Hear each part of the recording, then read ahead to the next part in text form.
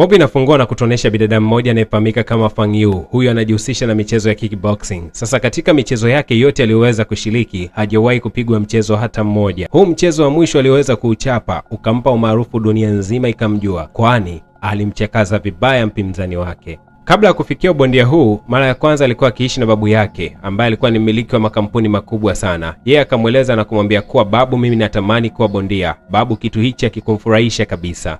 Upande wa pili tunaonyeshwa mwamba mmoja anafahamika kama Ming Tian. Huyu jamaa ana wadogo zake wawili. Anaishi maisha ya kawaida tu kwenye nyumba moja ya kupanga. Baba yake alifariki kitambo kirefu tu na mama yake akawatoroka. Kwa hiyo ni watoto waliotelekezwa. Majukumu na malezi ya wadogo zake yote yako mikononi mwake. Mdogo wake wa mwisho anapenda sana mambo ya boxing. Kwa hiyo huwa anatazama sana ngumi katika TV. Na ni shabiki haswa wa Fang Yu, mwanamke ambaye anatikisa dunia kwa kuchapa kickboxing. Subiri kidogo. Kama ningekuwa na uwezo wa kukupa pesa ili uweze kusubscribe na kujua thamani ya kugusa alama ya kengele, basi ningekupa hivyo. Lakini sina zaidi ya kukupa sauti nzuri ambayo inakupa simulizi hii. Alimaliza elimu ya sekondari kitambo kirefu. Sasa anasubiria kuingia chuo, lakini huwa anajihusisha na kazi za kusambaza mizigo katika migahawa ili amudu kuendesha familia. Lakini nyakati za usiku anafanya maombi tofauti katika vyuo tofauti ili aweze kupata scholarship, kwani uwezo wa kujisomesha chuo hana. Siku leo alipigiwa simu na kuambiwa kwamba anatakiwa kupeleka mzigo mahali ambako kwa mwendo wa haraka tu ni dakika 20, lakini huyu aliyekuwa anahitaji mzigo huu alihitaji kwa dakika 15. Mwamba akapiga hesabu na kugundua kwamba anaweza kufanya jambo hilo hata kwa kufosi. Ikabidi kuchukua baiskeli yake na kuanza kukimbiza mzigo huo, lakini alipokuwa njiani alikutana na bibi mmoja ambaye alikuwa akiokota matunda njiani, alikuwa akianguka kutoka katika toroli yake. Basi akawa anamsaidia bibi huyu kuokota matunda, kitu ambacho kikasababisha muda ukazidi kwenda tu.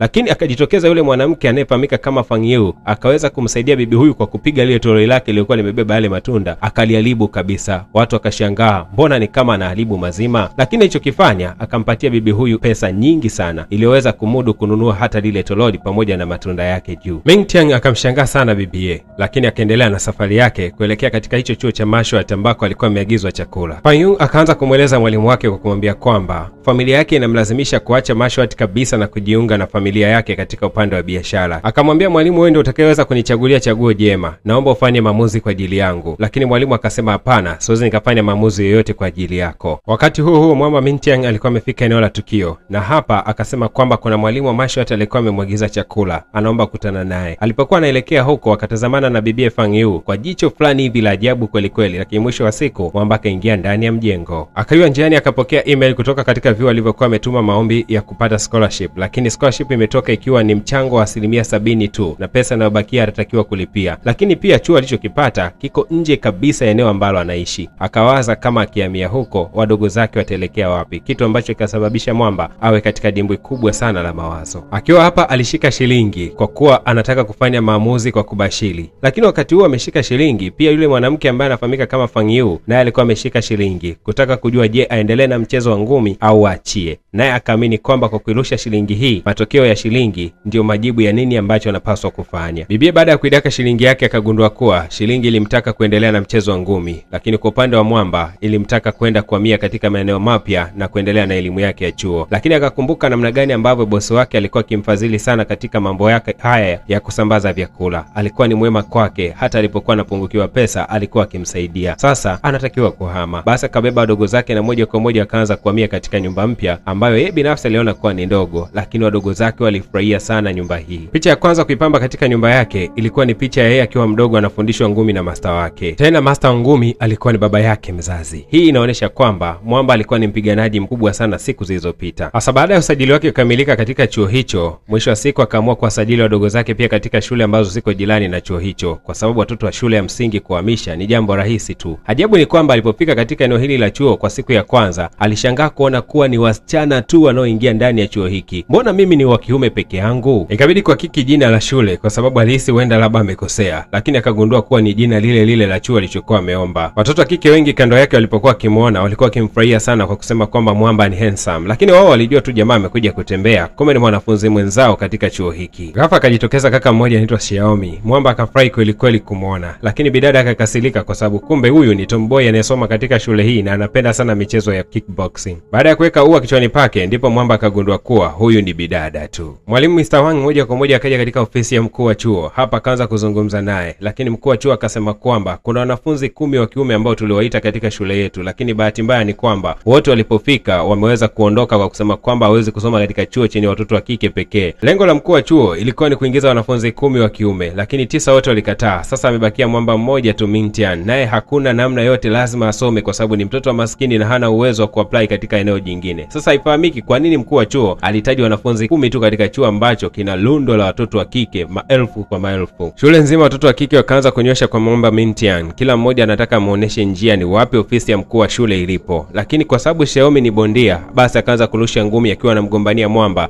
lengo aweze kumpeleka katika ofisi ya mkuu wa shule. Mwamba kwa kuona ugomvi umeanza kuibuka miongoni mwa hao kina dada, akaamua kuchoropoka katikati yao na mwisho wa siku akaelekea katika ofisi ya mkuu wa shule. Sasa mambo alipoisha huko shuleni ikabidi kurudi mpaka mtaani. Akiwa mtaani akakutana na bidada hapa ambaye anafahamika kama Fang Yu. Sasa kuna ugomvi ulikuwa umetokea mtaani. Mwamba katika kuamulia ugomvi huo, bahati mbaya bibi akawa amemkata na begi yake. Sasa mbadala bibi kuomba msamaha, yeye akawa anampa pesa Mwamba. Jamaa akashangaa sana, yani huyu mwanamke haombi msamaha bali anatoa pesa, ina maana pesa kwake ndio thamani kuliko msamaha. Lakini Ming Tian akaongezea kwa kusema kwamba Fang Yu hana roho nzuri kabisa, kwani aliweza kumsababishia yule mama hasara ya matunda pamoja na kitololi chake. Lakini asichokuwa anakijua ni kwamba Fang Yu alikuwa amefanya jambo la kumsaidia mtoto mdogo alikuwa anapita mbele ya kile kitololi. Wao hawakuweza kumuona, lakini yeye alikuwa amemuona na ndio ilikuwa sababu yeye kupiga lile tololi kwa mguu wake na mwisho wa siku kuangusha matunda. Darasani watoto wa kike hata muda wa kusoma akawa nakosa. Muda wote wanamtazama tu mwamba Ming Tian. Yaani jamaa akawa nakosa hata ujasiri darasani. Anakaa kiti cha mwisho lakini bado akina dada wanamgeukia na kumwangalia. Lakini upande wa pili tunakuja kuonyeshwa kwamba Xiaomi ni rafiki kumbe wa karibu sana na Fang Yu, na ndio maana anapenda sana boxing kwa sababu pia naye ni shabiki wa Fang Yu.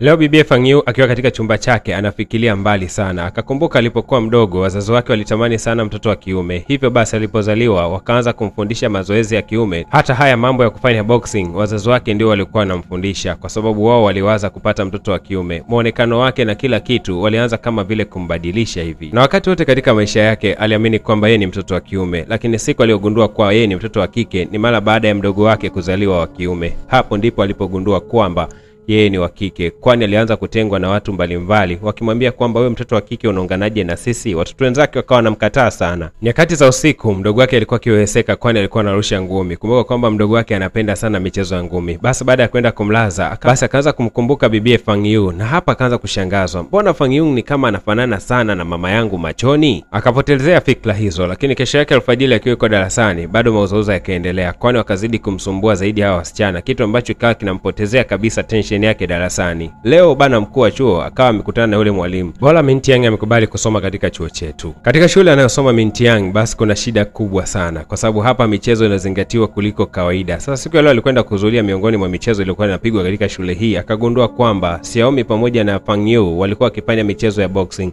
Sasa kila anapomtazama Fang Yu anagundua kwamba anasikiliza upiganaji kama za baba yake mzazi. Katika michezo yote ambayo inaendelea hapa katika eneo hili la chuo, hakuna mchezo ambao Ming Tian alitokea kuvutiwa nao, bali mchezo pekee aliokuwa amevutiwa nao ni mchezo wa kuogelea. Hivyo akalazimika kwenda katika maeneo ya swimming pool ambako huko akaanza kujifunza kuogelea akimsubiria mkufunzi wake aweze kufika. Lakini bahati mbaya ni kuwa hata alipokuwa akiogelea aligundua kuwa kulikuwa kuna samaki katika maeneo hayo. Mwisho wa siku mkufunzi akaja na kusema kwamba tuliahirisha kabisa mchezo wa kuogelea na kubadilisha swimming pool kuwa kituo cha kufugia samaki kwa sababu hakuna mwanafunzi anayependa kucheza michezo hii. Hata hivyo ukitaka kucheza mchezo huo pia mazingira yatakuwa ni magumu zaidi kwa sababu utatakiwa kubadilisha nguo zako katika mabafu ya kike ambapo huko kila wakati watoto wa kike ndio wanaoingia. Hakuna mabafu ya kiume, hakuna mazingira ya kiume. Mwamba akaona kuwa hakuna haja ya kuendelea kusoma katika chuo hiki. Moja kwa moja ikabidi kwenda kwa mwalimu na kumwambia kwamba anahitaji waweze kumhamisha. Mwalimu akamhamasisha na kumwambia kuwa abakie katika eneo hili, lakini Mwamba akangania na kusema kwamba anataka kuhama. Basi akapewa barua na kuambiwa kuwa ni rahisi sana kuweza kuhama. Chukua hii barua moja kwa moja kaipeleke katika mnara ambao ukifanikiwa kuipeleka juu kabisa yule mnara, basi barua hiyo itakuwa imesafirishwa kuelekea katika chuo unachokitaka na wewe utafanikiwa kuhamishwa. Mwamba akachukulia rahisi tu. Alipokuwa anaelekea huko, bwana wewe, kumbe kuna wakina dada walikuwa wametumwa kwenda kumzuia jamaa. Basi alipigwa ngumi kweli kweli. Jamaa jitahidi kukwepa kila wakati, lakini hali ilikuwa ni tete. Alirudi kwa mwalimu. Mwalimu akamwandalia choo chake binafsi na hapa akampiga picha na kuweka picha yake mlangoni. Hapa kaandika kuwa hiki ni choo cha Mwamba Ming Tian pekee, asiingie mtu mwingine yeyote, au sio Mwamba? Mwamba akasema basi sawa, nashukuru mkuu. Sasa baadaye ni time ya kwenda kuoga na kubadili nguo. Mwisho wa siku Mwamba anaingia katika bafu lake, anagundua kwamba kulikuwa na Fang Yu. Alipomuona tu tu mwamba, akampa bonge la kareti, mwamba akajikuta chini. Siku ya leo Mintian akiwa katika majukumu yake ya kusambaza vyakula, basi kwa bahati mbaya aliweza kumshuhudia mtoto mmoja aliyekuwa anaonewa sana na mwamba mmoja hivi. Ikabidi kwenda kumsaidia dogo, lakini mara baada tu ya kumsaidia mbele yake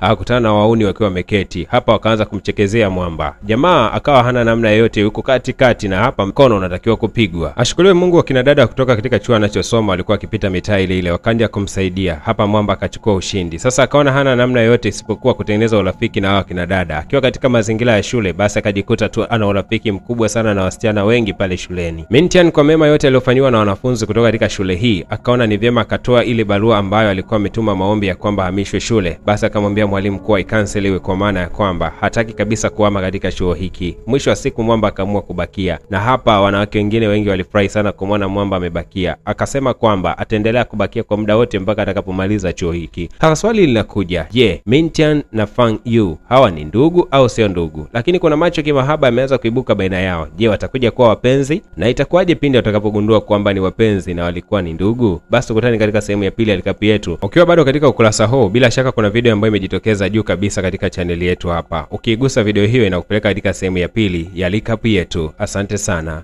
Lakini bila kujisahau, chini ya video hii katika ukurasa wa comment kuna linki niliyoandika kujiunga group letu. Gusa hapa, utajiunga hapo na kuweza kufurahia burudani zetu.